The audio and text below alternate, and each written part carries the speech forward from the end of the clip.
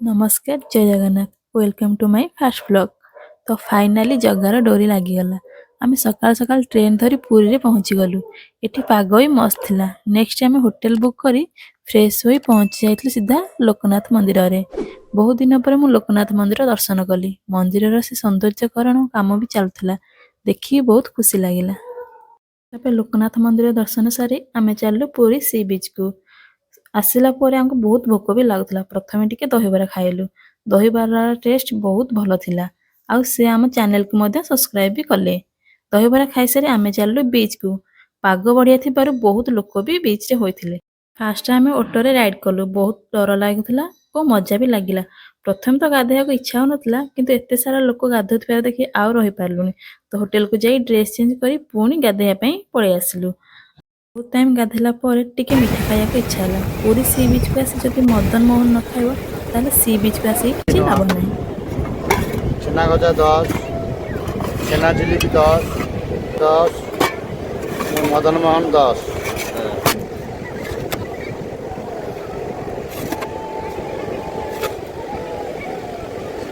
ତାପରେ ମଉସାଙ୍କଠୁ ମିଠା କିଣି ମୁଁ ସି ବିଚ୍ ସାଇଡ଼ରେ ବସିକିନି ମିଠାର ମଜା ନେଲି। ଓ ମିଠାର ଟେଷ୍ଟ ବହୁତ ବଢ଼ିଆ ଥିଲା, ପୁରା ଟେଷ୍ଟି। ପୁଣି ଆଉ ଟିକେ ସମୟ ଗାଧୋଇକି ଆମେ ଚାଲିଲୁ ରୁମ୍କୁ।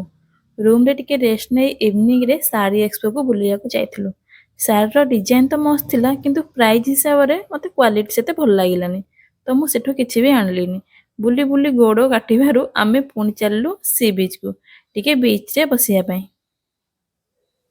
ବିଚ୍ରେ ପହଞ୍ଚିକି ପତିଦେବ ଆମର ସି ଫୁଡ୍ ଦେଖିକି ଆଉ କଣ୍ଟ୍ରୋଲ୍ କରିପାରିଲେନି। ଗଲେ ଭାରି ଗୋଟେ ଟୁନା ଫିସ୍ ଅର୍ଡ଼ର କରିଦେଲେ।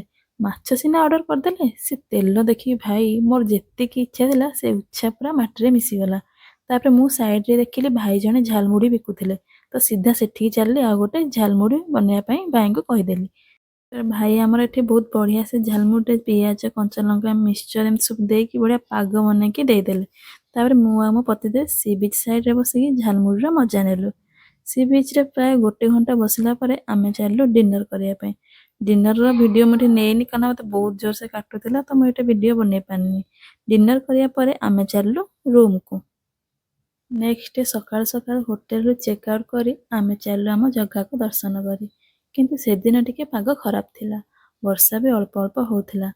ତାପରେ ଆମେ ସି ବିଚ୍ରୁ ଇ ରିକ୍ସା ନେଇ ଚାଲିଲୁ ଆମେ ସିଧା ଶ୍ରୀମନ୍ଦିରକୁ। ତ ଫାଇନାଲି ସବୁ ଅପେକ୍ଷାର ଅନ୍ତ ହେଲା। ଆଉ ଆମେ ଆସି ପହଞ୍ଚିଗଲୁ ଆମ ଜଗା ପାଖରେ। ପହଞ୍ଚିବା ପରେ ଆମେ ସବୁ ଆମ ଜିନିଷକୁ ବାହାରେ ରଖି ଲାଇନରେ ଛିଡ଼ା ହୋଇଗଲୁ। ଲୋକ ଟିକେ କମ୍ ଥିବାରୁ ଆମ ଦର୍ଶନ ବି ଭଲ ଭାବରେ ହୋଇଗଲା। ବାହାଘର ପୂର୍ବରୁ ତ ମୁଁ ବହୁତ ଥର ପୁରୀ ଆସିଛି, କିନ୍ତୁ ମନ୍ଦିର ଭିତରେ କିଛି ଜିନିଷ ଯାହାକୁ ମୁଁ ଆଗରୁ କେବେ ଦେଖିନଥିଲି, ଯେଉଁଟାକି ପତିଦେବ ମୋତେ ବୁଲେଇକି ସବୁଆଡ଼େ ଦେଖେଇ ଦେଇଥିଲେ ଓ ବହୁତ ଜିନିଷ ବୁଝେଇ ବି ଦେଇଥିଲେ। ଶେଷରେ ବୁଲାବୁଲି କରି ମନ୍ଦିର ଭିତରେ ଅଭଡ଼ା ଖାଇ ଆମେ ପଳେଇ ଆସିଥିଲୁ ମନ୍ଦିର ବାହାରକୁ।